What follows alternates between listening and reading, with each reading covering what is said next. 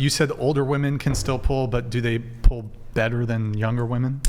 I think it's like almost the same, honestly. I really do, because I mean, a lot of people say, oh, like you're 35, you hit your wall, but younger women don't want older men. Like, at least not significantly older men. Wait, like, younger women don't want older men? No. I do.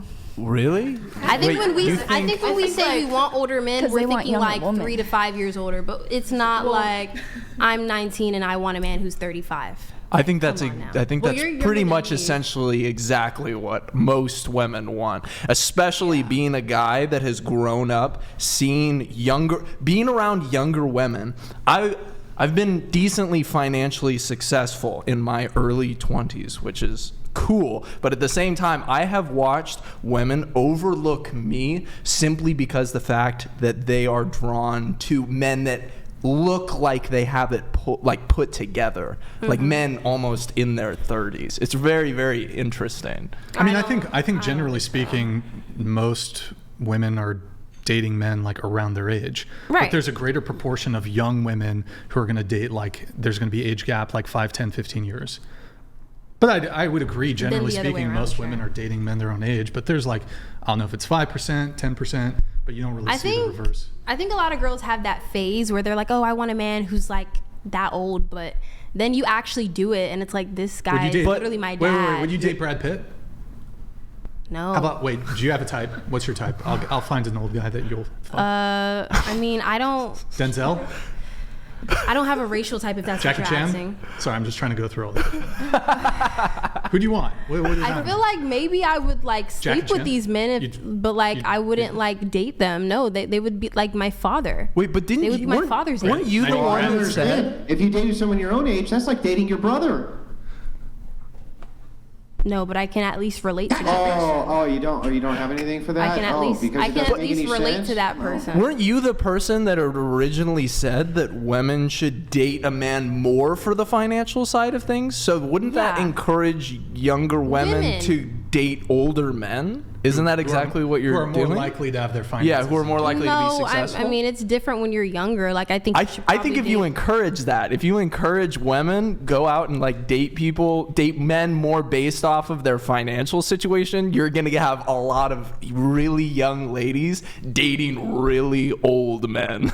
Or even maybe you could argue that. Late 20s, 30s. And I mean, I think... Yeah, you said women should prioritize finances in the man. So like a 20-year-old, she's going to date a 20-year-old college guy who doesn't make any money? Like what?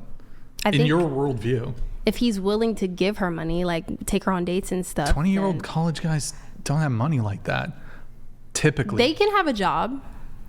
Bruh. They can have a job. Starving college student. She's saying no over here.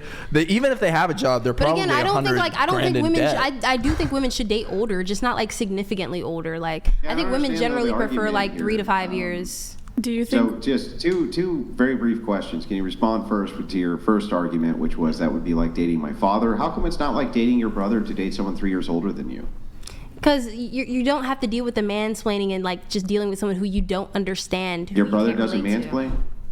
Don't lie. No, my brother does not mansplain.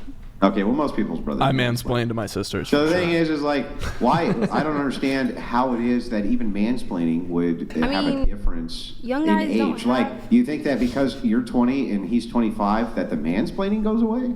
Because it doesn't go away. I think it's to a lesser degree, because I feel like older men, they talk to you like you don't know any better, and you're just like, you're literally a child to them. But it's like, why are you attracted to me if I'm like a child to you? It's just weird. That was interesting. What's weird about it? It's just does it give you the ick? Like, it feels... Does it give you the radio? Does it give you the ick? Yes, it does. It gives you the ick? Well, let me ask you a question. Since we're on the ick, can you give me a single moral argument, a single one, for why it would actually be immoral for a 20-year-old woman to date or marry a 50-year-old man? Just a single argument that actually shows that this is immoral. Well, for the woman, I don't think it's immoral. I don't think it's immoral for younger women to like older people, or for younger people to like older people. Why is it immoral for the 50-year-old man who has a woman who's 20 who's interested in him to be interested and reciprocate her feeling? Because younger people, like, I think, like, once you're under the age of like 25, 21 maybe, you have higher levels of neuroticism, you are dealing with hot and cold cognition, you are dealing with peer pressure, you have a lack of identity. So we shouldn't let them vote. Shouldn't let them vote? Yeah.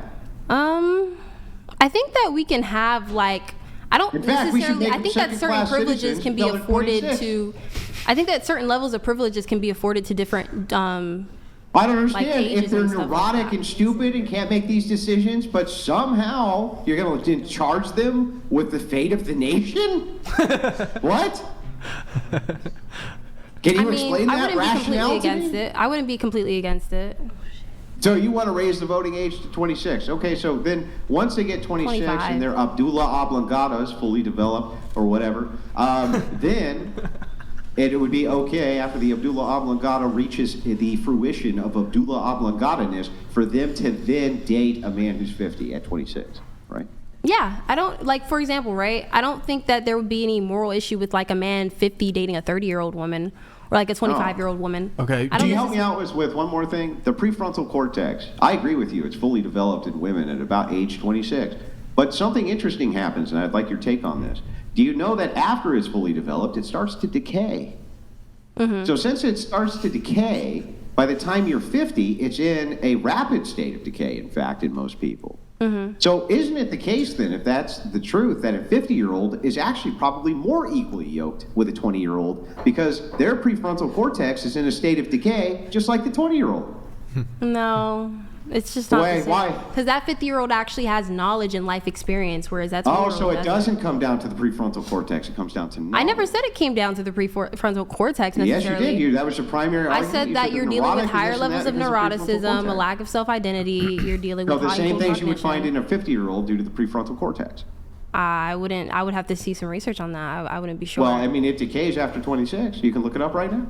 It decays after 26 years old, becomes in a state of decay. So that means it's been decaying for what, 20 years? So wouldn't they be more equally yoked? I mean, you could probably argue that there might be something immoral, of a younger woman dating like a 70-year-old or something, because they're really out of it. But like, oh yeah, so the I wouldn't 20-year-old, see like 70, a 50-year-old that's fine, is but 20-year-old still and pretty 50, cognizant to me.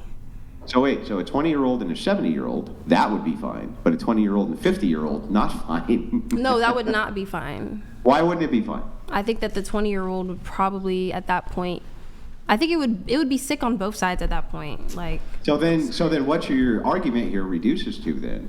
It would be sick even though they're mentally at about the same level. So does this mean then that no 20-year-old should date? They're not mentally at the same level.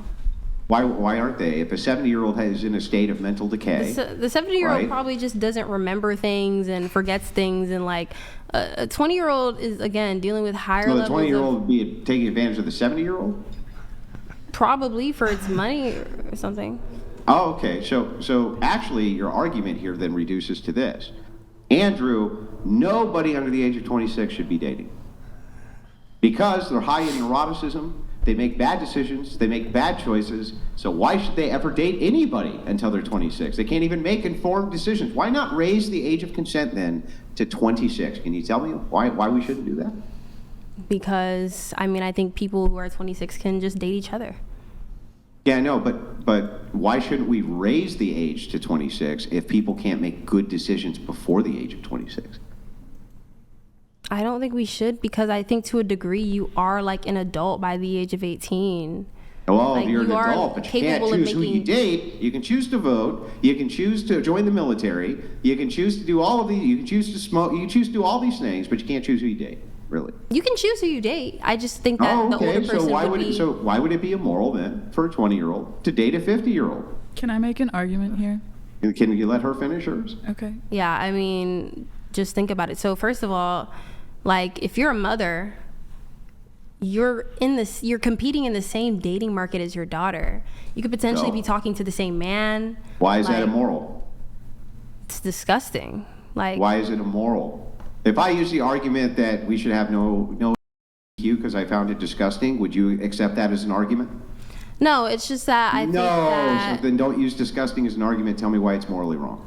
I just think it's morally wrong because, again, like, the older man would be taking advantage of the younger woman due to her having a lack of identity. But I don't disagree with you when you say... Why are they allowed to date at all until they're 26? Because If they're not competent enough at 20 to pick their partner, right? Why are we letting them pick their partners when they're incompetent? You are taking advantage of them, right?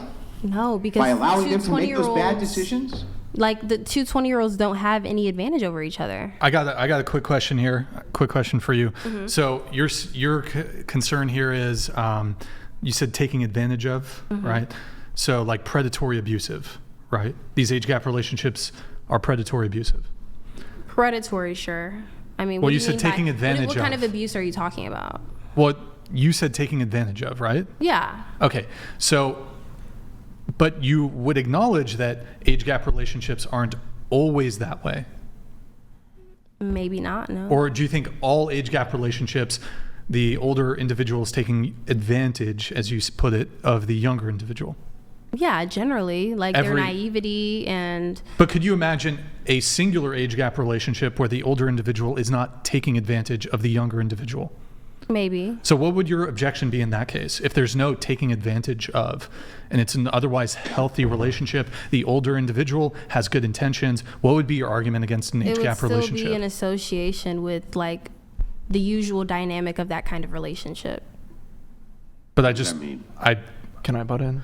I said that there's good intentions. Like, I'm not going to investigate every single age gap relationship. Like, I'm just going to go based off of what you're admitting that many age gap relationships I generally see the patterns to be. Well, but I very much agree with your point when you said that women should take a man's finances into consideration when they're dating. They should date for finances.